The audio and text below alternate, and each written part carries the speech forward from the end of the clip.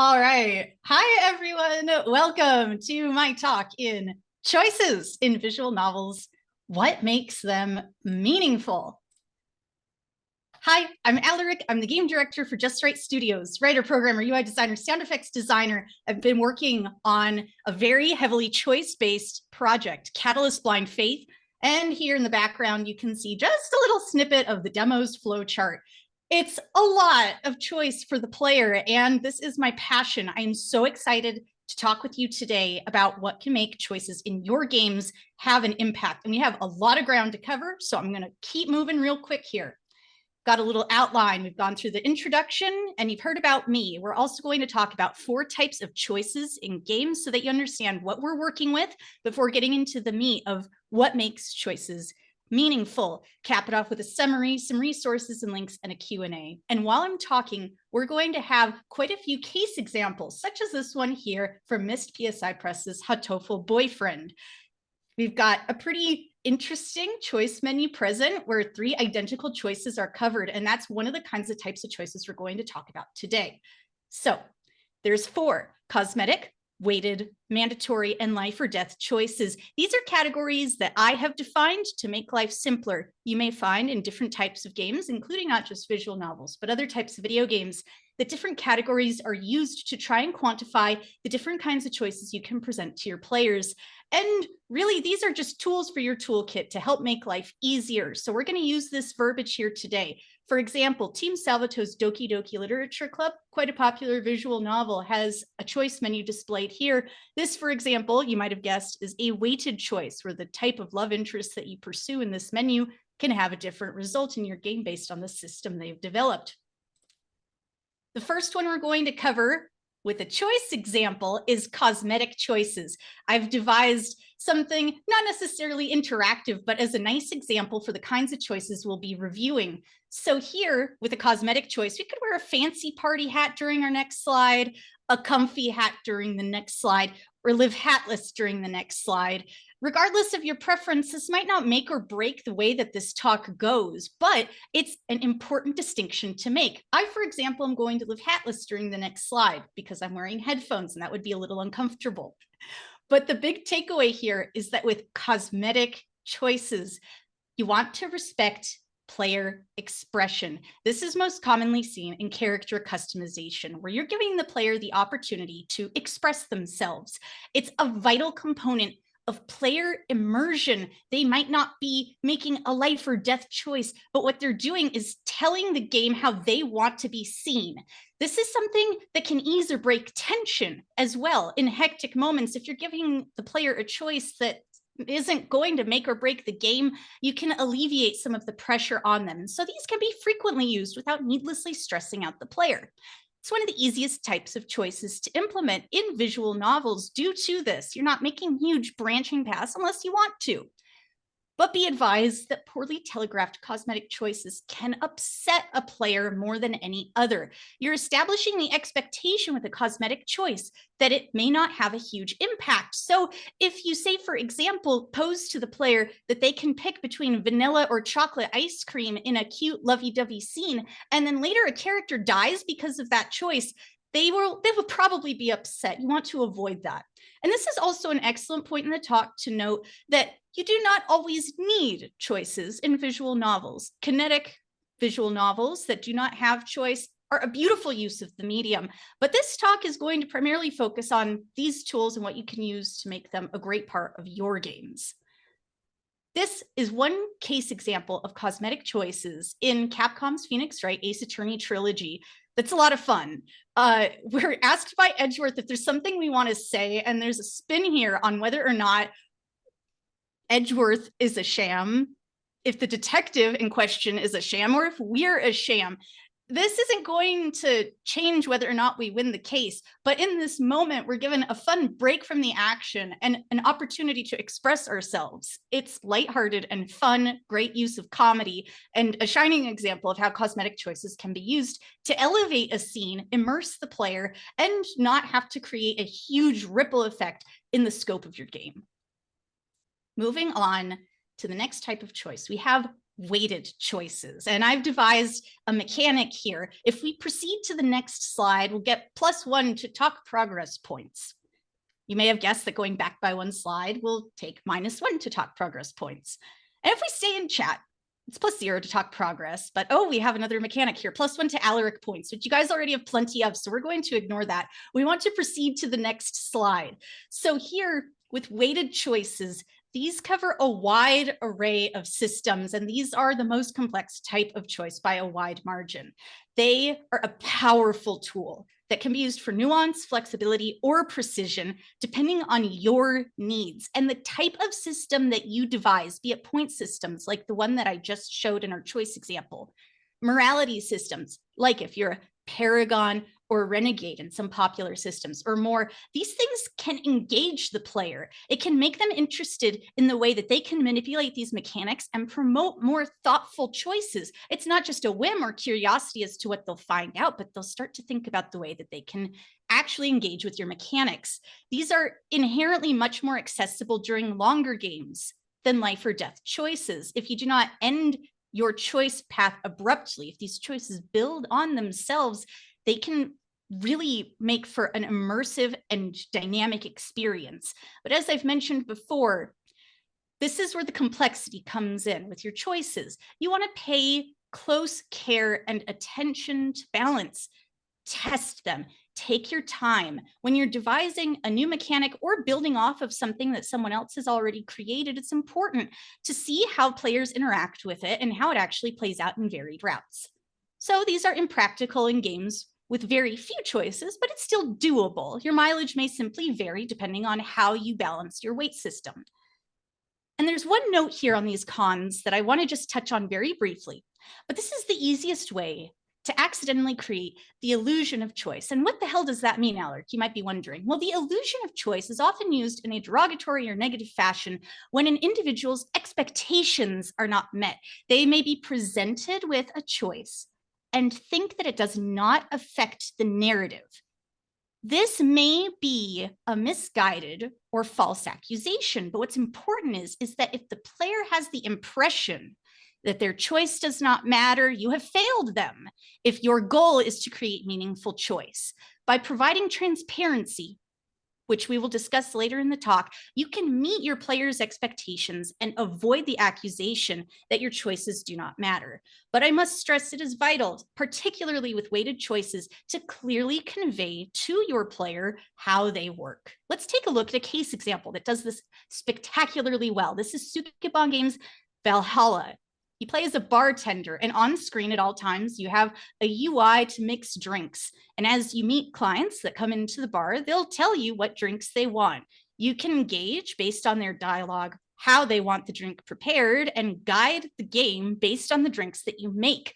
The choice given to the player at each and every turn is what drinks you mix. It's a very unique use of mechanics, and the way that you give the drinks, whether you're giving alcohol to a minor or giving someone a drink that they didn't request, can cause negative effects. You'll get fewer tips. You might fail the game. But if you listen to your clients or surprise them with what they actually are requesting in whatever way, you may get a better outcome. This is a beautiful example of how to have a complementary narrative and mechanic in your game. There's a million ways you can do this. The sky's the limit. We're circling back now to our Hatoful boyfriend example with a seemingly identical series of choices. These are what I am referring to as mandatory choices, where each choice that's presented is seemingly the same. If we advance to the next slide, the outcome is the same. And why would we want to do this? Well, mandatory choices utilize the player's primary agency. Those are a lot of strange words, Alaric. What the hell are you talking about? That means they can choose whether or not to play your game. Think about it. At any time, the player can set down your game and walk away by choosing to proceed with the dialogue. Even in kinetic visual novels, they are choosing to play your game. This is a core component of many games. If you're playing an exploration game, as you proceed area to area, they may have to go in a set route to proceed through the plot, but it's a mandatory choice. Chronological games, if you have to go through a set number of days in order to proceed, they're choosing to proceed. In games with closed systems, in which you have to, say, exhaust a series of jobs, it's the same principle. This is a tool for pacing your game, pacing lengthy scenes. It can heighten drama and comedy alike. I have a small example here from the full game of my current project, Catalyst Blind Faith, where the player is captured and tortured in a very serious and bad series of events. And the player is deprived of the opportunity to escape. However, they can struggle. And as the player clicks the mouse, and as the player tries to fight to escape, they slowly regain the ability to exercise control over the character. It emphasizes their helplessness, but it also gives agency to the player by stressing that as you're trying to continue through the game, you are making that choice, and drives home the necessity of those actions and characterizations. This is a heady subject, fate, helplessness, and forcing the player's hand. You want to use these with care, but when they are used well, they can be a spectacular complement to your game. Even transparent mandatory choices can irritate some players. Completionists may find them annoying. Speedrunners may find them annoying if they feel like they're going through the motions. So do be cautious. And lastly, timers can create serious accessibility issues. If you are giving the player a time constraint in which they must make a choice, and there's a ticking clock on the screen, that can be an issue for some individuals. Put it on a toggle. And this is in the spirit of the talk. Give your players the choice to engage with stressful mechanics. Give them the option to have that pressure. You can still have that stress on the player if that's your vision for your project, but give them the option. Just be considerate. One case example here of a mandatory choice in games is from Anaplex's Fate Grand Order. And here we have 3 identical options to bring Ilya back. This could have been presented in the narrative. This could have not been in a choice menu, but by framing it so that our protagonist, the only thing that they can conceive of doing in this situation, no matter how you slice it, is to bring Ilya back, hits different. It hits hard. It stresses the necessity of this choice. And by making the player interact with this choice menu, it really heightens the drama of the scene. Awesome example. Lastly, get your bingo cards ready. You might have guessed this is for life or death choices. We can proceed to the next slide or die.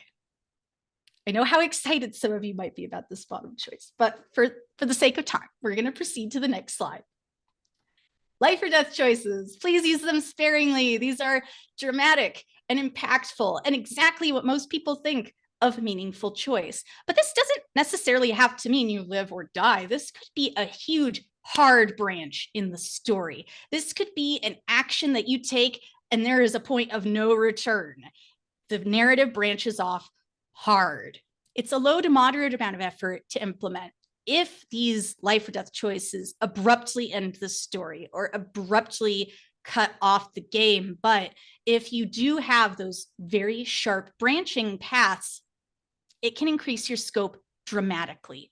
Use caution, outline, think about it. Is this worth making into an entirely new branch, an exponential increase in the scope of my game?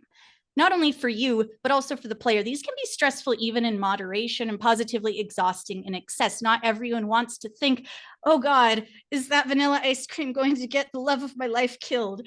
So you do want to be careful. And as I previously mentioned, the increase in workload and scope is substantial, but these are a joy. One of my favorite visual novels, White Fox's Steins Gate, is an amazing example of life or death choices in games. I have picked a spoiler-free example just to try and be considerate of the audience, but Steins Gate uses a cell phone to interact with the game.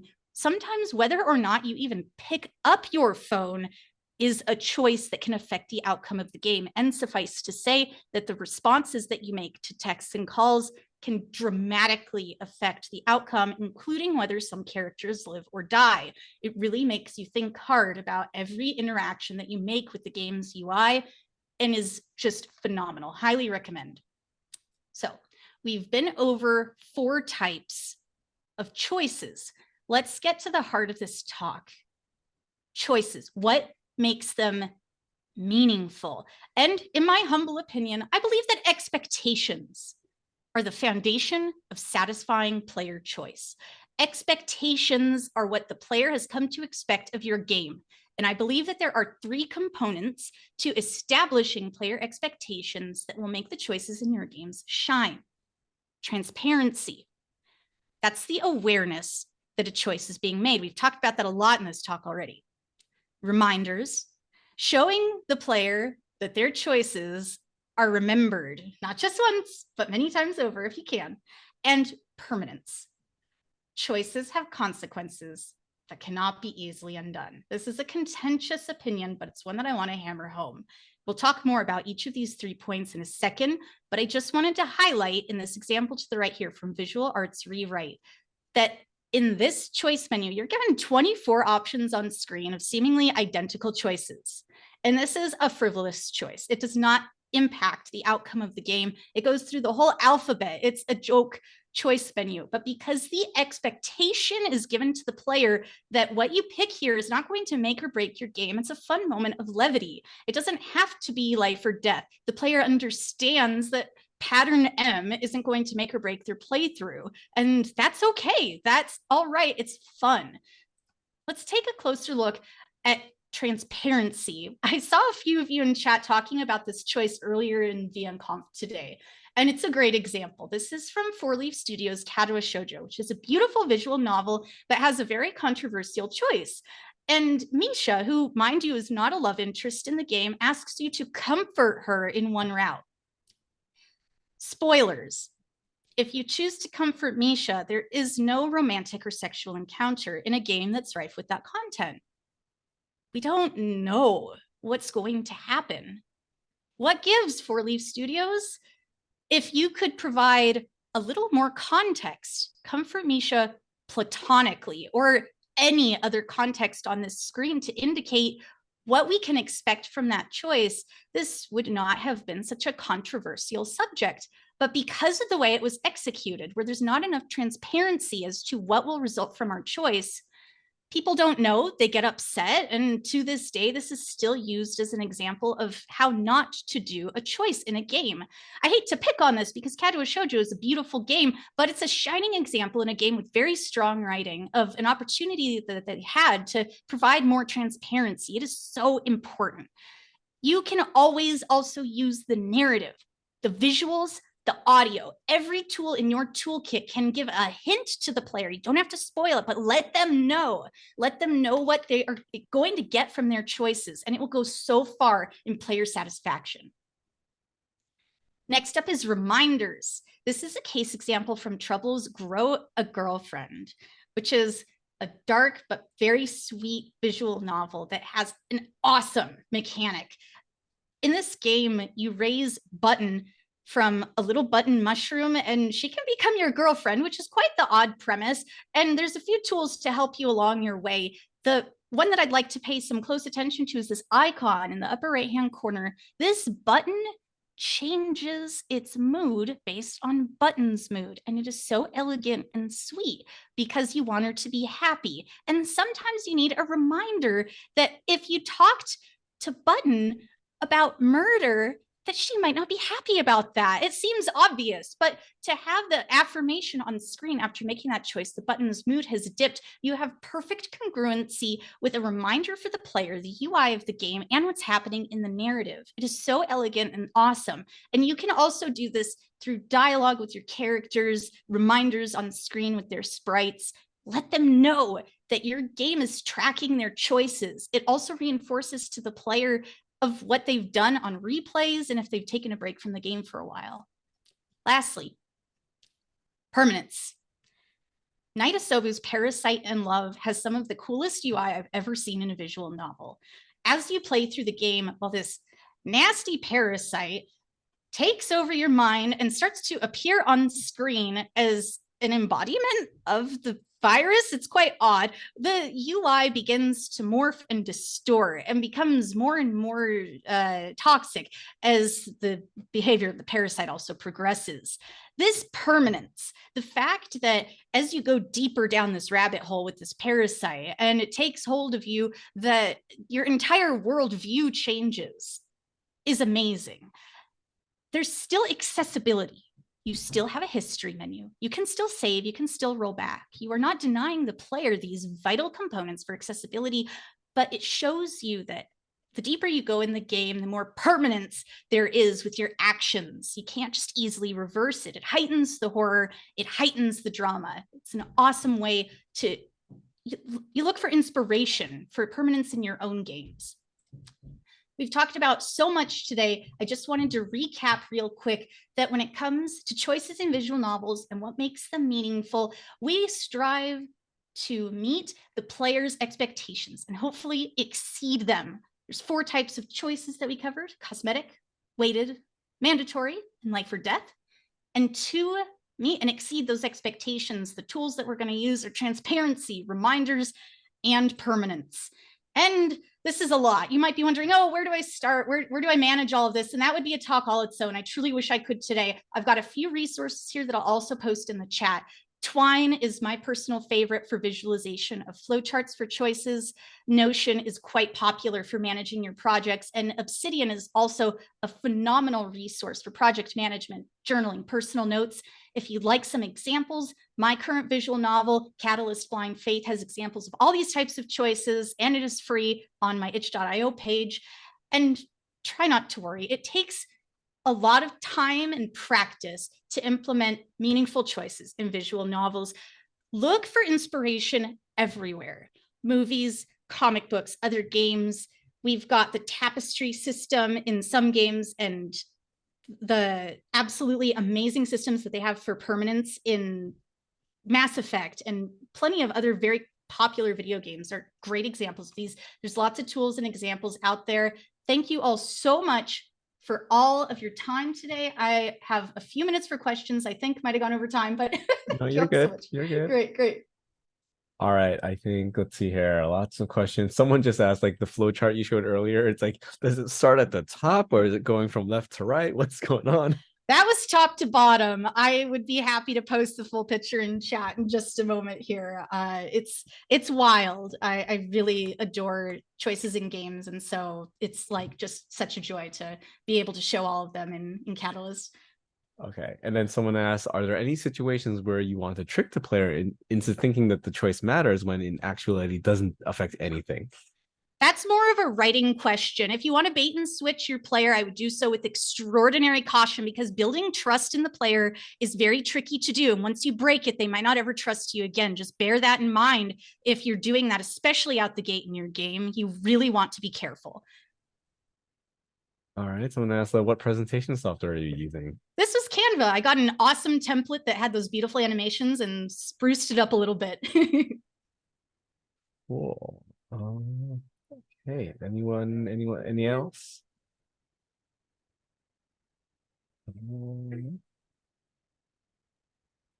Let's see. All right. Well, in that case, I'm sure there are other questions in the chat that people can get in there. Oh, here's one. Is it bad if you make the player think a choice is it less bad if you make the player think the choice is cosmetic? If your choice actually has a huge impact and you make the player think that it doesn't, that runs into the same problem where what are you trying to accomplish, truly? If you don't want the player to take the choice seriously and then trick them into having it have an impact later, there's very few case examples where that would be useful. It might lead to the player being frustrated or wishing that they could have affected the narrative or had a hint towards that. It may work with unreliable narrators if you truly want to bait and switch the player, but I do so with extraordinary caution. It's typically not the best idea. Well, all right. So thank you very much. Thank you. I've got a list of all of the sources there for you guys. Those are all hyperlinks. Please feel free to check those out, and I will hop off mic. Thank you guys so much again. Awesome. All right. I think Phoenix? How's that? Phoenix, yes. Phoenix. Thank you. All right.